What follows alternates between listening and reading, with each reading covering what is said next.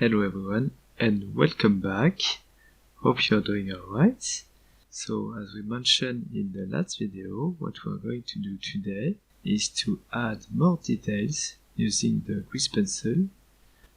As the camera might change its angle, I might at some point need to add or modify those details, but at the moment I'm gonna do it as if we were looking at the camera like that. So, like we did for those beer taps, I'm gonna add those details on the bottles here in the back. So let's add another grease pencil object. I'm just gonna move it a bit away from the bottle, just in front. And what I actually should do is to modify what is here, which is the 3D cursor. So I'm just gonna move the 3D cursor where our grease pencil object is, and now we can start working on adding labels to the bottles. So if I'm using this, I need to modify the material first to add a fill option. Okay, a fill color. Now it's working like I want it to. So this part now is sped up because, as you know me, I like doing details by hand, but it's taking quite a long time. So as you can see, I'm adding labels for each bottle, and the row above the first one is a bit closer to us, so the 2D object, the grease pencil, is not really visible. So this time I had to also modify the position of them, and sometimes of just a few elements, but that's alright. I like doing that. So here I'm adding more labels and I'm finished with the 3 rows. I'm now adding a few more details, like some kind of text or images. You won't see them too close, so it doesn't really matter, just to add a bit of interest.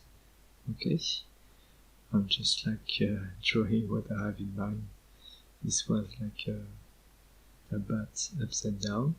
Okay, so now all my labels are done. I think what I'm gonna do next is to copy what I've already done and then to modify them depending on the other bottles. So I'm just gonna tidy my outliner, and now I've created another grease pencil object, duplicate, and I'm just now moving all the labels on top of the bottles so that it doesn't look too much off. Again, I'm doing it by hand, one by one, but that's alright.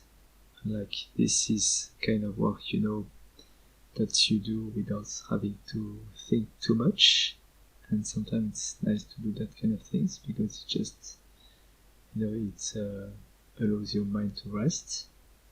Okay, just adding a few, just changing a few positions, and I will soon be done with all the labels once I have done this third row.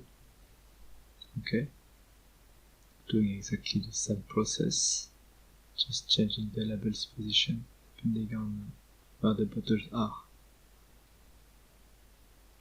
I'm almost done. Now I think they are all done. Perfect. So next I'd like to add details to the wooden parts. So what I'm gonna do first to try it is to start with the counter. So I've added a new grease pencil object. Okay, to try it. And what I'd like to do is change the option here to surface so that I'll be drawing on the 3D model. and I'm just switching to an orthographic view, as I've heard it's easier. I mean, the surface thing works a bit better. So I'm just drawing like squares at the moment, and I'm now modifying the viewport options so that I can see a bit more where I'm drawing. Okay, so doing it on this side as well, just some simple square. You have to note that I'm still using my mouse to do all of this, so no excuses for any of you to not do it. I mean, I would always recommend to use a graphic tablet for anything drawing related, of course, but as you can see it, you also can do it even if you only have a mouse. Okay, so I'm doing it for you. Otherwise I would have used my graphic tablet since a long time. And here you can see that's the most tiring part, doing it with your mouse. I've tried the stabilize option, but it just doesn't really work well for such small things. And now I'm just copying this pattern on the other side of the counter. Okay, and for the bent parts, I'm just gonna draw it by hand again, just like that. Okay, deactivating the stabilize option because I don't really like it for small things like that. And of course, I can still use the edit mode to change the position of some of these buttons that were not at the right place, just a bit too much low. Okay, so now in the viewports, what I've drawn is just a bit too bright. Why is that? I think it's because it's affected by the light. So in the grease pencil parameter, I have the use light option turned on. So I can try to keep it on and change the grease pencil color, but I think it just doesn't really work. Okay, it's just too much to work with the two, so I've decided to turn this off so that I can choose my own color, and this will work because the lighting doesn't change too much. I've sampled the resulting color from the lighting of the 3D, and I'm just selecting something just a bit darker to make it pop from what we already have, but not too much. Okay, because we still don't want the attention to be drawn to this part especially. Okay, so now it's time to, because it's working, I'm just gonna repeat the process to the other parts of my model. So I'm gonna do it for these arches that are where the bottles are. I'm first gonna rename all my grease pencil objects because they were all called the same, just so that I know which one is which. And now again, I'm trying to modify the viewport options so that I can see a bit better where I'm drawing. So I've used the line tool and also the circle tool, much easier, so that I can really have something that looks like my arches. Okay, it's still just not drawn exactly on the surface, but it's alright. I can use the edit mode to make it all right. Okay, so now that I have this, I'm just gonna add a few more details.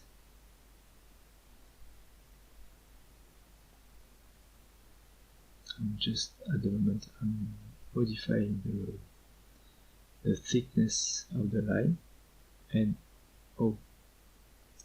at the end of this, I forgot to record what was going on, so I finished the arches, and now I've moved on to some kind of outline around the objects that are important and that allow us to move our eyes from the right side of the screen to the left side. Okay, so it's just a bit of an outline around the objects that are on the path from right to left. Okay, modifying the option from the 3D cursor to the surface. Okay, so that I can draw either on the counter or on the objects or somehow in a plane based on where the 3D cursor is. Okay, so I've drawn on the right side, and I'm also drawing on the objects that are on the tables that are supposed to draw our attention again from right to left. So this is, I've chosen a kind of light blue color. I'm gonna see very soon how this is looking like. I'm modifying it just to make sure it's not again too distracting. And now we can see that I've done a little render, and we'll see how it is looking like. Okay, you can see it from close. Those lines, I'm just gonna modify a few portions of it, but it's kinda working. Not distracting, but our eyes can follow them like that, little by little from object to object. Okay? And we'll see if we modify the color of it and the aspect of it a bit later on. Now what I want to do is modify a few things I've seen. So this part was a bit too much of the same wooden color. I'm also deepening the depth of this object so that we can see less of the title. And here on the lights, I'm adding a gradient so that the bottom part of it is much lighter than the top part of it. Just again to drive the viewer's eye toward the bottom and not the top of the screen. Okay, so I've added this gradient on the color and the emission shader. Now I'm modifying the thickness of those lines, and I thought that the back wall was a bit too empty, so I've added some frames, just like that, and I wanted to then draw some kind of portraits using the grease pencil. Okay, just very not detailed portraits. Okay, like that, just to make it look like there are people, photographs of people, pictures of people. Okay, so again, modifying what I felt was missing. Here I wanted to add a ray to the counter, because in some cafes you've got rails here and people can just hang their coats while they are drinking at the counter. Okay, so this was kinda easy because I took edges from the counter to do it.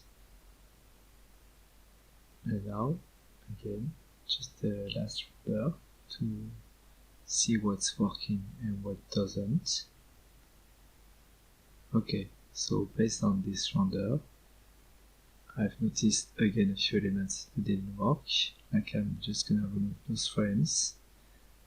Okay, I also wanted to make this less thick.